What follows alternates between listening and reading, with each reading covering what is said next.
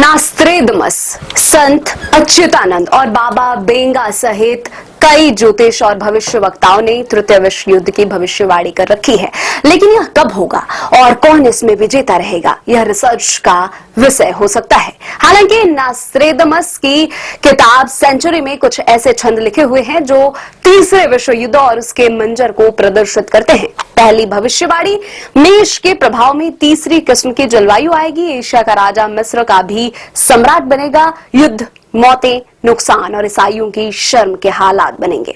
दूसरी भविष्यवाणी, एक पनडुब्बी में तमाम सामान और हथियार और दस्तावेजों को लेकर वह व्यक्ति इटली के तट पहुंचेगा और युद्ध शुरू करेगा। उसका काफिला बहुत दूर से इतालवी तट तक आएगा। तीसरी भविष्यवाणी, जब तृतीय विश्व युद्ध चल रहा होगा उस दौरान चीन के रासायनिक हमले से एशिया में तबाही और मौत का मंजर होगा, ऐसा जो आज तक कभी नहीं हुआ। चौथी भविष्यवाणी, चीन की फौजें जब फ्रांस में घुसेंगी तब जमकर आणविक और कीटाणु अस्त्रों का प्रयोग होगा। इसके बाद ये फौजें पूर्वी यूरोप के भीतर तक घुस जाएंगी, वहां से दक्षिण स्पेन और अरब फौजों की मदद से हमला किया जाएगा।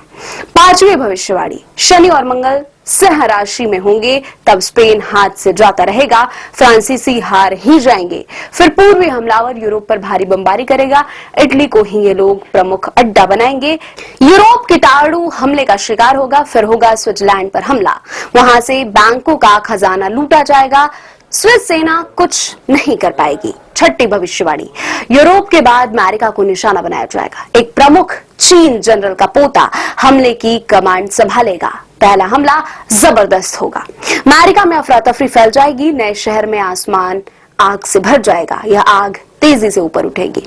सातवीं भविष्यवाणी, अंतिम दौर में दुनिया शनि की विलंबित वापसी से नुकसान उठाएगी, साम्राज्य एक काले राष्ट्र के हितों में चला जाएगा। आठवीं भविष्यवाणी, अंतिम अरब टुकड़ी बगावत करके अपने कमांडर से समर्पण करा देगी, तीसरा विश्व युद्ध खत्म हो जाएगा।